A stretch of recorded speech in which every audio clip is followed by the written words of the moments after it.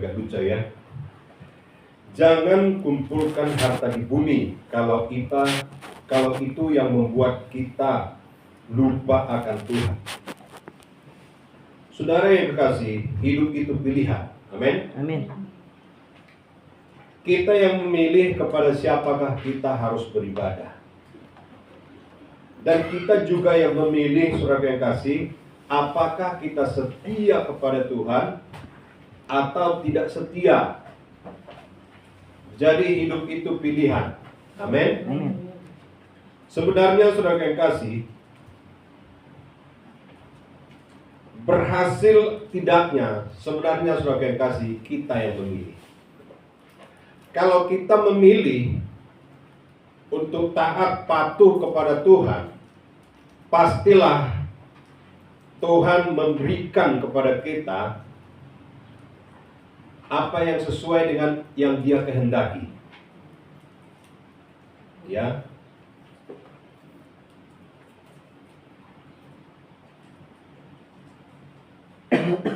Kita juga yang memilih, apakah kita mau mencari dunia, mencari uang saja, tidak peduli akan kekekalan, itu tergantung kepada kita. Dalam Yosua dikatakan, Yosua 24 ayat 15, saya bacakan kepada saudara. Tetapi jika kamu anggap tidak baik untuk beribadah kepada Tuhan, pilihlah pada hari ini kepada siapa kamu akan beribadah. Allah yang kepadanya nenek moyangmu beribadah di seberang sungai Efrat, atau Allah orang Amori yang di negeri kamu diami ini. Tetapi aku dan seisi rumahku, kami akan beribadah kepada Tuhan. Jadi Yosua memberikan pilihan kepada orang Israel. Mengapa Yosua memberikan pilihan kepada orang Israel, saudaraku? Karena orang Israel itu terkenal dengan bangsa yang tegak tengkuk. Terkenal, saudara yang kasih, bangsa yang selalu memberontak kepada Musa dan juga Yosua. Itu makanya Yosua berkata kepada orang Israel, pilihan ada pada kalian. Kepada siapakah kalian akan beribadah? Ya. Kalau beribadah selain daripada Tuhan yang benar, itu adalah penyembahan berhala. Kalau beribadah, saudara yang kasih, kepada ilah-ilah lain selain daripada Allah Israel, selain daripada Yesus Kristus, itu adalah penyembahan berhala. Amin. Nah, jadi betapa pentingnya kita beribadah kepada Tuhan. Betapa perlunya kita beribadah kepada Tuhan, saudara yang kasih. Sebab pilihan ada pada kita. Ya. Tetapi jika kamu anggap tidak baik untuk beribadah kepada Tuhan, sesat banget, saudara yang kasih. Sampai-sampai Yosua berkata, kalau kamu anggap tidak baik kepada Tuhan beribadah, maka pilih kepada siapa kamu harus beribadah. Tetapi aku dan seisi rumahku, kami akan beribadah kepada Tuhan. Ya, satu keputusan.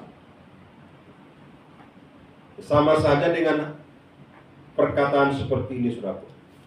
Sekalipun seluruh penduduk dunia ini tidak mau beribadah kepada Tuhan, tetapi aku dan seisi rumahku akan beribadah kepada Tuhan.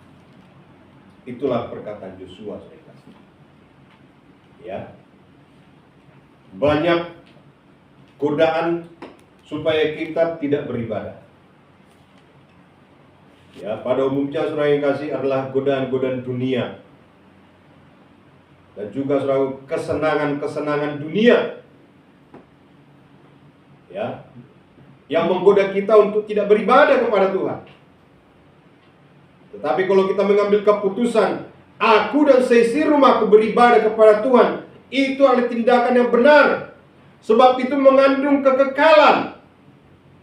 Sebab saudara yang kasih, di luar Tuhan tidak ada kekekalan, hidup kekal, saudara yang kasih. Maksudnya saudaraku, masuk ke dalam kemuliaan Allah yang kekal. Tidak masuk saudaraku, kalau kita memilih tidak beribadah kepada Tuhan. Amin. Saudara yang kasih, firman Tuhan hari ini bagi kita saudaraku tentang memilih. Dalam Matius 6 ayat 19 sampai 24, kita akan membaca Alkitab ini saudara yang kasih. Matius 6 ayat 19 sampai 24. Saya akan membacakan ayat yang ganjil, nanti saudara ayat yang genap. Saya mulai ayat 19. Saudara apa semua? Matius 6 ayat 19 sampai 24. Saya bacakan. Janganlah kamu mengumpulkan harta di bumi ngengat dan karat merusakkannya, dan pencuri membongkar serta mencurinya. Saudara? Tetapi kumpulkanlah bagimu harta di sorga. Di sorga ngengat dan karat tidak merusaknya, dan pencuri tidak membongkar serta mencurinya. Karena di mana hartamu berada, di situ juga hatimu berada. Mata adalah pelita tubuh. Jika matamu baik, teranglah seluruh tubuhmu. Jika matamu jahat, gelaplah seluruh tubuhmu. Jadi jika terang yang ada padamu gelap, betapa gelapnya kegelapan itu, saudara. Tak seorang pun dapat mengabdi kepada dua tuan.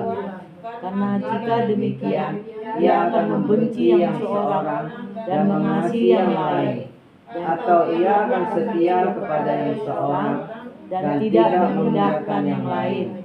Kamu tidak dapat mengabdi kepada Allah dan kepada Mammon. Saudara yang kasih, kekayaan dunia ini hanya sementara. Tetapi banyak orang yang getol mencarinya sampai lupa akan Tuhan. Tidak salah saudara kita memiliki harta di dunia ini. Tidak salah kita memiliki rumah. Kita tidak salah memiliki mobil dan uang di bank, itu tidak salah. Ya. Dan Tuhan mengizinkan itu kita miliki, saudara yang kasih. Tuhan mengizinkan Raja Daud itu memiliki harta. Dan Tuhan juga menghendaki Raja Salomo itu memiliki harta. Tuhan menghendaki Ishak, saudaraku yang kasih, memiliki harta, dan kian kaya semakin kaya. Ya. Dan kalau kita lihat dalam Kejadian 26 ayat 2 sampai 3, demikian firman Tuhan. Lalu Tuhan menampakkan diri kepadanya maksudnya Ishak, berfirman, janganlah engkau pergi ke Mesir, diamlah di negeri yang akan kukatakan kepadamu. Tinggallah di negeri ini sebagai orang asing, maka aku akan menyertai engkau dan memberkati engkau, sebab kepadamulah dan kepada keturunanmu akan kuberikan seluruh negeri ini, dan aku akan menempati sumpahku kepada yang telah kuikrarkan kepada Abraham. Tuhan menghendaki Ishak dan memberkati Ishak, saudara yang kasih, dan menjadikan Ishak itu memiliki harta dan kian lama kian kaya. Ayat 12-nya dikatakan, maka menaburlah Ishak di negeri itu, dan dalam tahun itu juga ia mendapat hasil 100 kali lipat, sebab ia diberkati oleh Tuhan. Diberkati oleh Tuhan. Jadi Tuhan menghendaki kita diberkati secara materi. Amin. Tuhan menghendaki, saudara yang kasih, melimpah-limpah, mempunyai harta di dunia.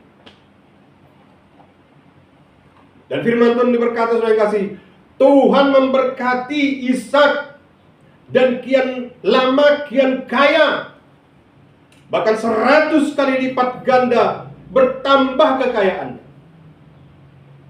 karena Tuhan menghendaki. Amin. Jadi Tuhan menghendaki kita, saudara yang kasih, memiliki harta di dunia. Ya. Ayat 13 dikatakan, Dan orang itu menjadi kaya, bahkan kian lama kian kaya, sehingga ia menjadi sangat kaya. Kejadian 20-an. Ayat 14. Ia mempunyai kambing, domba, dan lembu sapi, serta banyak anak buah, sehingga orang Palestina itu cemburu kepadanya. Jadi Tuhan tidak anti kaya, justru Tuhan menghendakinya. Amin. Tuhan menghendaki kita berhasil. Ya. Tuhan menghendaki, saudara kasih, kita mempunyai harta di dunia. Tetapi harta di dunia ini adalah sementara, bersifat sementara. Ini tidak masuk ke dalam kekekalan.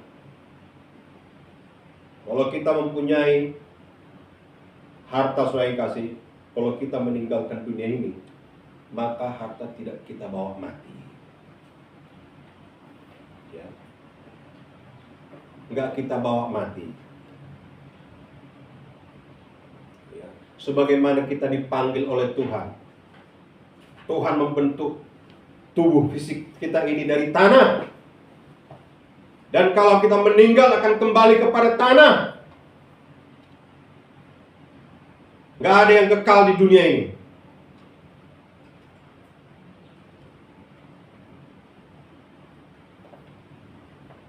Kumpulkanlah hartamu di sorga, firman Tuhan berkata. Matius 6 ayat 20. Tetapi kumpulkanlah bagimu harta di sorga. Di sorga ngengat dan karat tidak merusakkannya, dan pencuri tidak membongkar serta mencurinya. Ya. Saudaraku, kalau kita punya harta di dunia, hati kita juga terikat kepada harta kita. Terikat kepada apa yang kita miliki, saudara. Firman Tuhan berkata, di mana hartamu berada, di situ juga hatimu berada. Amin. Di mana hartamu berada, di situ juga hatimu berada. Misalnya kalau kita mempunyai emas 1 kilo, maka kita pun akan sibuk menjaga. Jangan kita berpikir, jangan-jangan nanti malam dibongkar orang lalu dicurinya, kan begitu kan? Hati kita terikat ke harta kita itu. Ya. Oh, usahaku, rukoku di sana banyak, misalnya material di sana, ada semen, ada segala macam. Kalau diambil orang itu miliaran, terikat di hartanya itu. Amin. Firman Tuhan berkata, di mana hartamu berada, di situ juga hatimu berada. Ya. Kumpulkanlah harta yang bersifat kekal. Amin. Harta yang bersifat kekal adalah kerajaan yang akan datang. Menginvestasikan hidup kita untuk pekerjaan Tuhan jauh lebih baik daripada mengumpulkan harta di dunia. Mana saudara yang kasih gelap dan karat akan memakannya. Dan apa saudara berikan kepada Tuhan, itu tidak akan sia-sia. Amin. Pemberian saudara kepada Tuhan tidak akan sia-sia. Pemberian yang dimaksud di sini bukan hanya uang. Amin. Tetapi saudara yang kasih, hati yang mau melayani Tuhan. Amin. Hati yang diserahkan kepada Tuhan dengan segenap hati, dengan sepenuhnya, saudara yang kasih. Ya. Hidupnya diberikan untuk pelayanan. Dan saya sangat yakin orang yang menyerahkan dirinya di dalam pelayanan, pasti Tuhan cukupkan kebutuhan. Entah dari manalah Tuhan beri itu. Orang-orang yang menyerahkan dirinya sungguh-sungguh kepada Tuhan, Tuhan pasti pelihara hidupnya. Dan ini fakta, saudara kasih. Ini fakta. Tuhan pasti pelihara hidup orang yang menyerahkan diri kepada Tuhan. Ya, mengasihi jiwa-jiwa, melayani jiwa-jiwa, dan tidak ada motivasi yang lain di dalam melayani Tuhan. Amen. Seorang pelayan motivasinya, ya, kerinduan hatinya, bagaimana supaya saudaranya, ya, bergaul karib dengan Tuhan, intim dengan Tuhan. Itulah tujuan pelayan. Jadi kalau ada hamba Tuhan tujuan yang lain-lain, ya, jangan-jangan saudara yang kasih itu hanya hamba Tuhan palsu. Ya. Tujuan melayani adalah bagaimana supaya jiwa itu yang harusnya dihukum ke dalam neraka, tapi karena ada seorang hamba Tuhan beritakan Injil, dia mengenal Yesus dan dia diselamatkan oleh Tuhan Yesus. Itulah tujuan hamba Tuhan. Amin. Saudara kekasih, hamba Tuhan bukan berarti yang harus berkhotbah di depan ini, bukan. Ya. Sepanjang kita mengatakan aku terima Tuhan Yesus, berarti kita sudah mendaftar menjadi laskar kerajaan Allah. Berarti kita sudah masuk menjadi hamba Tuhan. Sejak kita berkata, aku buka hatiku, ku terima Tuhan Yesus, masuklah ke dalam hatiku, dan aku menjadi hambamu. Jadi saat kita berkata, terima Tuhan Yesus, di saat itu kita menjadi hamba Tuhan. Jadi bukan tergantung, bukan karena melayani di mimbar, amin, tapi penyerahan hidup kepada Tuhan. Dan hamba Tuhan pastilah dibela oleh Tuhan dalam setiap perkara, termasuk juga mengenai makan dan minum. Ya. Apa yang saudara berikan kepada Tuhan itu tidak sia-sia. Melayani jiwa, menjadikan murid, dan menjadikan jiwa itu bertumbuh semakin mengenal Tuhan, itu yang terbaik. Dalam Lukas dikatakan, Lukas 15:10, aku berkata kepadamu demikian juga akan ada sukacita pada malaikat-malaikat Allah karena satu orang berdosa yang bertobat. Malaikat bersorak-sorak karena ada seorang yang berdosa, yang sudah meninggalkan jalan Tuhan, tapi dia berbalik mengaku dosanya. Firman Tuhan berkata bahwa malaikat surgawi bersorak-sorai mendengarkan hal itu. Amin. Jadi betapa perlunya kita melayani jiwa. Ya.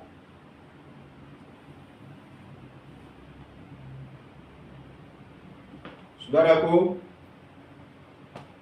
bagi kami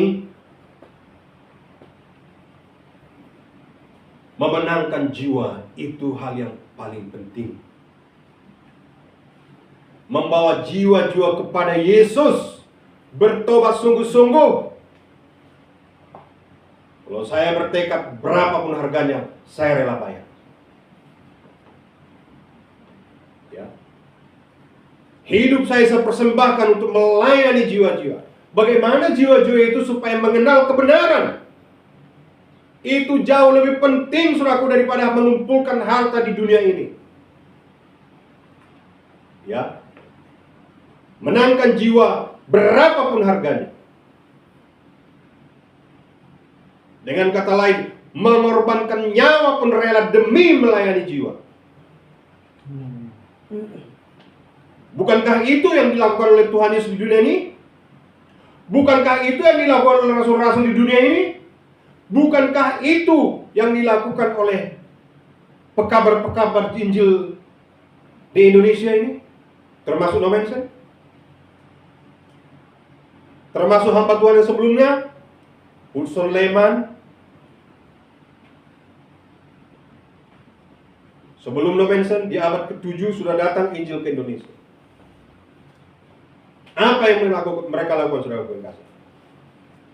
Berani menyerahkan nyawanya demi keselamatan orang Indonesia.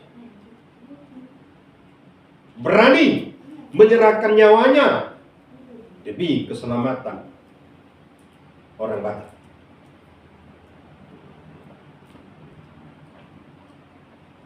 Jadi gak ada gunanya, saudaraku, harta di dunia ini kalau kita tidak patuh kepada Tuhan. Ya, dan pilihan ada pada kita, saudara. Dunia ini hanya sementara, dunia ini akan lenyap. Tapi firman Tuhan kekal selama-lamanya, saudara. Ya. 1 Korintus 15 ayat 57 saya bacakan kepada saudara sampai 58. Tetapi syukur kepada Allah yang telah memberikan kepada kita kemenangan oleh Yesus Kristus Tuhan kita. Karena itu saudara-saudara yang kekasih, berdirilah teguh, jangan goyah, dan giatlah selalu dalam pekerjaan Tuhan. Sebab kamu tahu bahwa dalam persekutu dengan Tuhan, jerih payahmu tidak sia-sia. Ya. Jadi pekerjaan-pekerjaan yang kita lakukan, ya, yaitu saudaraku yang kasih, melayani Tuhan, jerih payah kita tidak sia-sia. Amin. Jerih payah kita tidak sia-sia, saudara yang kasih. Jadi mari kita melayani dengan sungguh-sungguh. Berdiri teguh, jangan goyah, dan giatlah selalu dalam pekerjaan Tuhan. Amin. Ya. Beberapa pun kita saudara, bukan karena banyaknya, ya. Bukan kalau Tuhan kirimkan ke sini jiwa-jiwa banyak, puji Tuhan. Amin. Ya. Tetapi saudara yang kasih, kalau sedikit pun tetap punya komitmen untuk melayani Tuhan. Amin. Amin. Punya komitmen melayani Tuhan Yesus, saudara yang kasih. Kalau kita berkata, saya terima Engkau Tuhan Yesus, itu artinya, saudara yang kasih, kita menyerahkan nyawa kita, hidup kita, ya, untuk melayani Tuhan. Ya, seluruh hidup kita serahkan untuk melayani Tuhan. Itu sebenarnya artinya, itu saya kasih. Cuma kadang-kadang hamba Tuhan itu kan gak berani keras, gak berani tegas. Tapi sebenarnya itulah. Kalau orang mau melihara nyawanya, takut kehilangan nyawanya, firman Tuhan berkata dia akan kehilangan nyawanya. Itu apa artinya, saudara kasih? Dia akan dibuang, gak masuk ke dalam kekekalan. Jadi kalau kita takut kehilangan nyawa kita karena Yesus, kita akan kehilangan nyawa kita. Ya. Tetapi kalau kita kehilangan nyawa kita karena Yesus, maka kita akan memperoleh nyawa kita. Itu maksudnya, saudara kasih, kita masuk ke dalam kekekalan. Ya. Kita masuk ke dalam kekekalan, saudara kasih. Jadi mari kita sungguh-sungguh melayani Tuhan.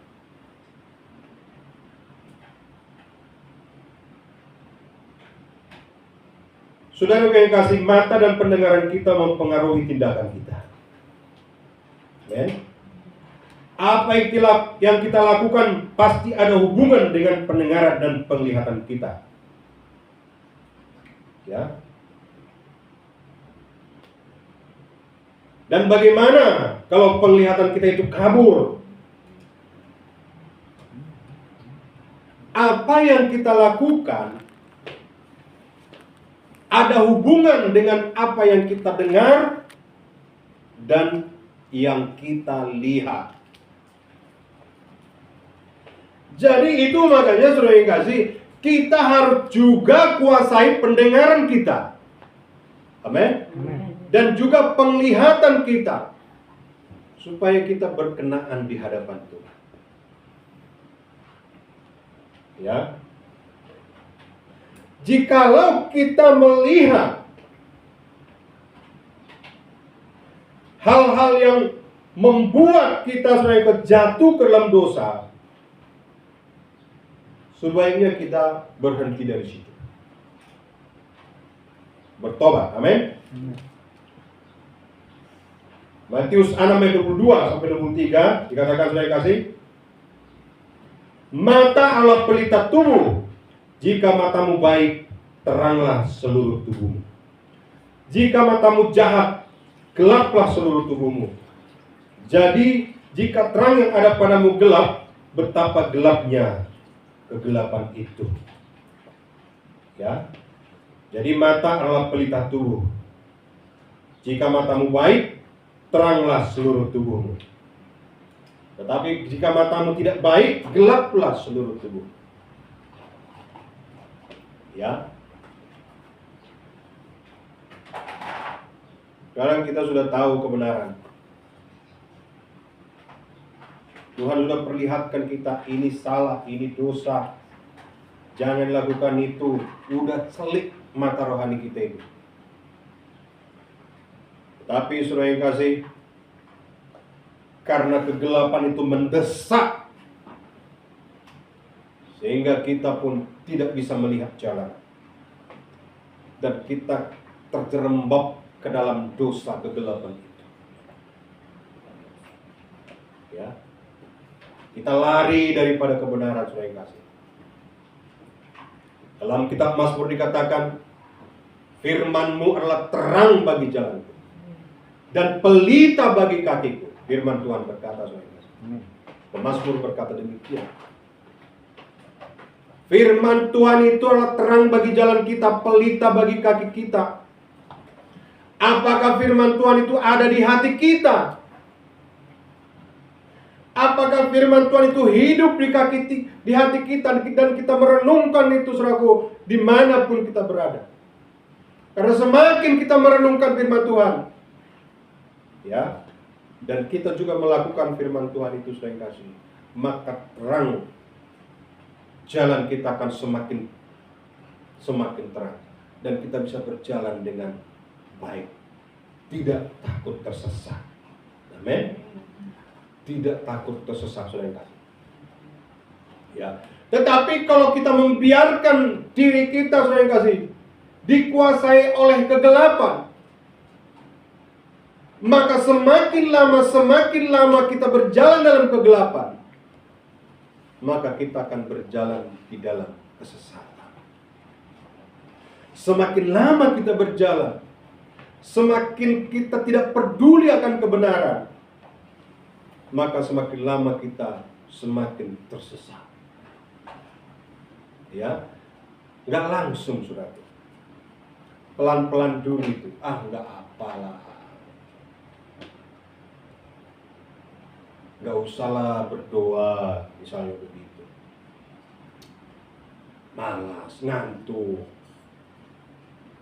Ya. Nggak usahlah membaca Alkitab, malas, bosan. Itu aja yang dibaca. Saudaraku, awal-awalnya begitu. Pertama, ya, masih dibaca, tapi sedikit. Hari kedua sudah mulai tutup, kan udah ingat gitu kan. Hari ketiga lupa. Hari keempat sudah mulai berjalan di dalam jalan kegelapan. Hari kelima mulai semakin gelap, makin sesat. Dan seterusnya, saudara yang kasih, hari ketujuh tidak lagi takut akan Tuhan. Terjerembab ke dalam dosa kesesatan. Jadi tidak langsung, pelan-pelan dulu. Ya.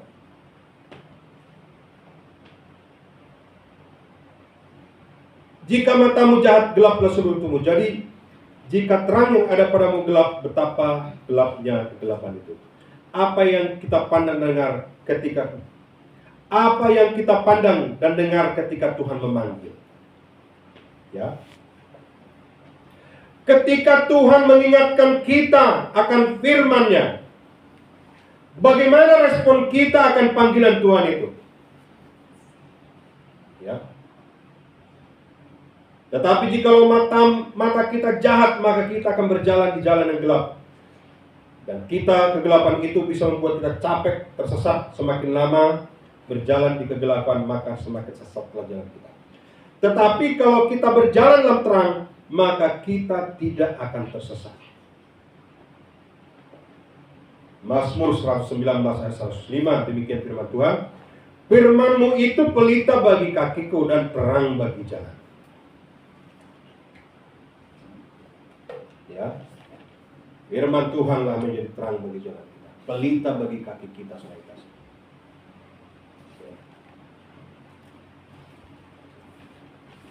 Sejak kami di sini, komitmen kami tetap kami jalankan. Membaca Alkitab setiap hari, berdoa tiap hari. Itu komitmen kami. Tidak ada hari tanpa membaca Alkitab. Tidak ada hari tanpa berdoa. Ya. Tanpa menyembah Tuhan. Dan itu sampai sekarang, puji Tuhan, tetap kami laksanakan. Dan jamnya itu adalah jam 9 malam. Wajib. Ya. Aku dan seisi rumahku akan beribadah kepada Tuhan. Beri dirimu untuk terang firman Tuhan. Memang tidak gampang. Capek awalnya, saudara. Tapi kalau semakin lama ditekuni terus, maka itu menjadi habit, menjadi kesukaan. Ya, menjadi kesukaan, gak susah-susah lagi kita membaca. Makanya kalau udah jam 8, saya sudah peringatkan, kita mau berdoa. Sebentar. Masih nyuci ini, nyuci itu. Ya, begitulah perempuan, ya kan? Lalu datang lagi yang si perempuan. Ayo berdoa. Duh, bapak ini baru saja buka tab, katanya. Buka handphone. Ya, tunggu kira-kira 15 menit lagi. Ayo berdoa. Itu mulu. Bukan nggak ada tantangan, saudara. Ada tantangan. Tapi sebagai seorang kepala keluarga harus mengambil keputusan untuk mengutamakan makan Tuhan. Amin. Jam 9 udah wajib. Harus kumpul. Ya. Jadi buat jadwalnya. Ya, tapi seringkali saya lah yang memimpin penyembahan. Tapi walaupun dibuat jadwal aturan hari Senin ini memimpin pujian, ya, ini memimpin sharing, ya, itu gantian. Tapi seringkali saya yang memimpin. Itu gantian. Jadi walaupun kecil masih SD pun dilibatkan. Ya, supaya ini terbiasa nanti sampai besar. Ya. Gantian. Tapi faktanya seringkali ayo pimpin pujian. Ya, bapak aja, kata. Gak apa-apa, saudara. Ya, saya pimpin. Nah, ini berdoa untuk kebaktian hari Minggu. Jadi saudara tiap hari didoakan. Ya, saya membuka faktanya. Saudara itu seluruh anak-anak Tuhan dari sedang maupun sekarang sudah nggak lagi di sini, udah nggak pernah lagi kita lihat. Tiap hari itu didoakan. Ini berdoa untuk kebaktian Minggu. Nah, ini berdoa buat bangsa ini. supaya koruptor-koruptor itu ditangkap semua, dihukum sesuai dengan hukum yang berlaku. Itu tiap hari didoakan. Doakan presiden, doakan wakil presiden, doakan Cikarang, korupsi-korupsi yang di Cikarang itu biarlah semua mereka mau menerima akibat perbuatannya.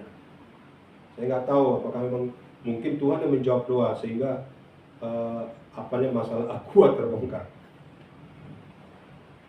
Ya. Doakan lingkungan, tiap hari didoakan. RT di sini, RW, itu tiap hari kami doakan, saudara.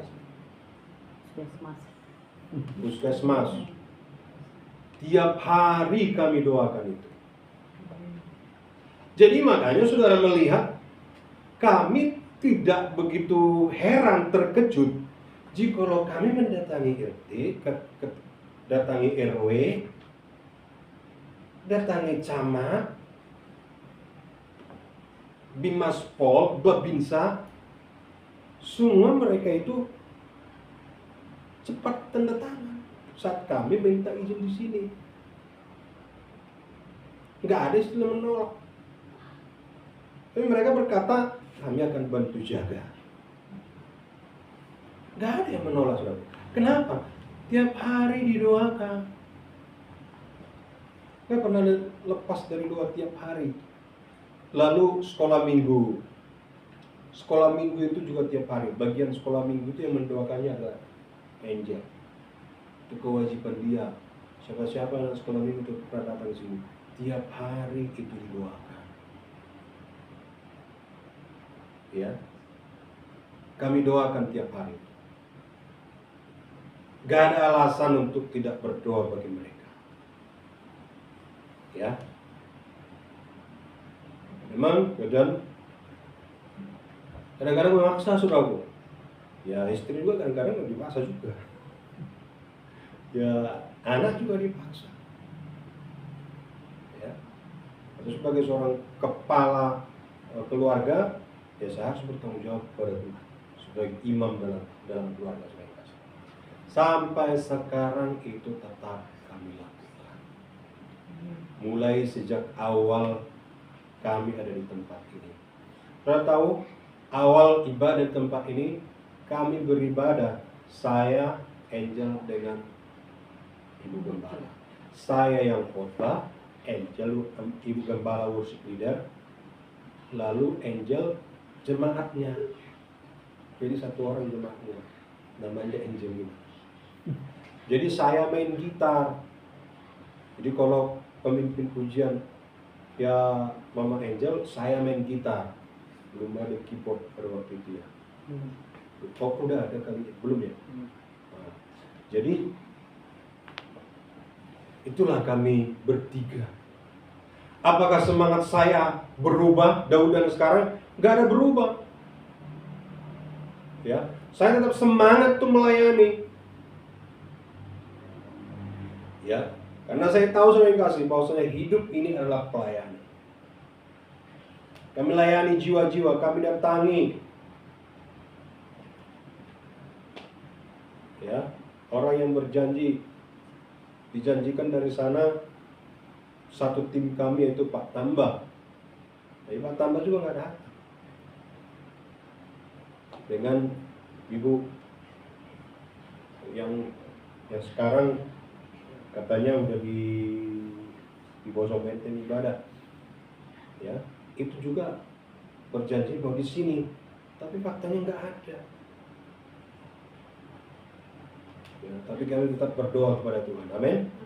Jadi hubungan dengan Tuhan itu perlu sekali.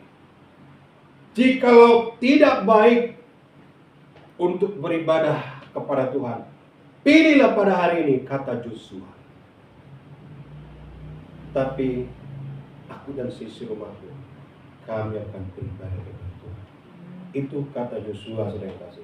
Biarlah ini juga menjadi komitmen bagi kita untuk beribadah kepada Tuhan. Amin. Ya. Kemudian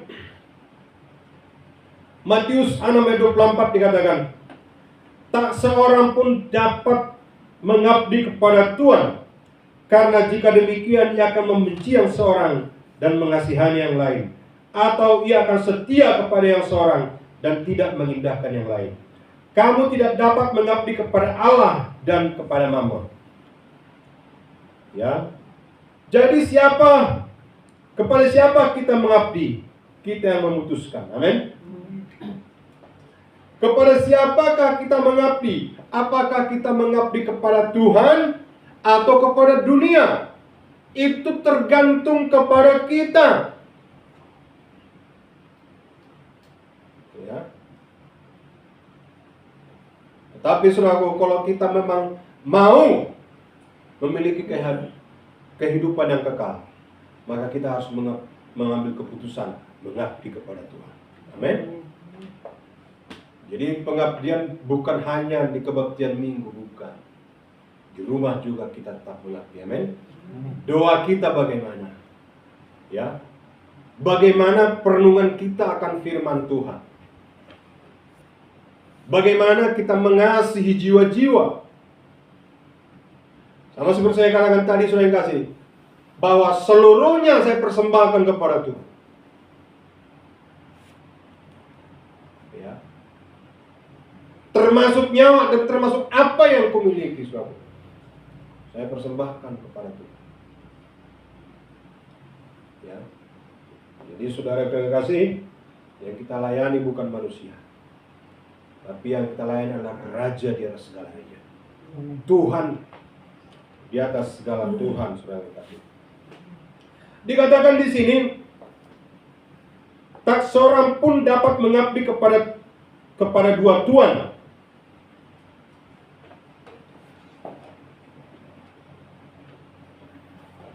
Kalau dia mengambil keputusan mengabdi kepada Tuhan, ya, berarti harus meninggalkan yang lain, yang bukan Tuhan. Amin. Kalau kita katakan aku mengabdi, mau beribadah kepada Tuhan, kuserahkan hidupku kepada Tuhan, berarti dia harus meninggalkan yang lain. Kalau misalnya saya katakan aku mengabdi kepada istriku adalah pilihanku, berarti saudara yang kasih, walaupun ada orang yang suka kepada saya yang lain, saya harus menolak itu. Amin. Amin. Iya. Saya harus mengambil keputusan bahwasanya aku setia kepada istriku. Begitu, saudara. Dan istri juga demikian. Aku memilih engkau menjadi suamiku, berarti saudara yang kasih, dia harus menolak laki-laki lain. Iya dong. Walaupun laki-laki lain itu lebih mentereng, lebih kaya, ya, jabatannya lebih tinggi, tapi kalau kita sudah menjatuhkan pilihan kepada pasangan kita, maka siapapun akan kita tolak. Amin. Demikian juga kita dengan Tuhan. Kalau kita katakan aku mau setia kepada Tuhan, aku mau melayani Tuhan, maka semuanya harus kita tolak demi pelayanan kepada Tuhan. Amin. Demi pengabdian kita kepada Tuhan. Jadi begitu saudara yang kasih. Mari berikan hatimu kepada Tuhan. Tuhan mengasihi saudara. Tuhan mengasihi saya. Tuhan mengasihi kita semuanya. Amin. Sampai di sini firman Tuhan. Mari kita bangkit berdiri, saudaraku.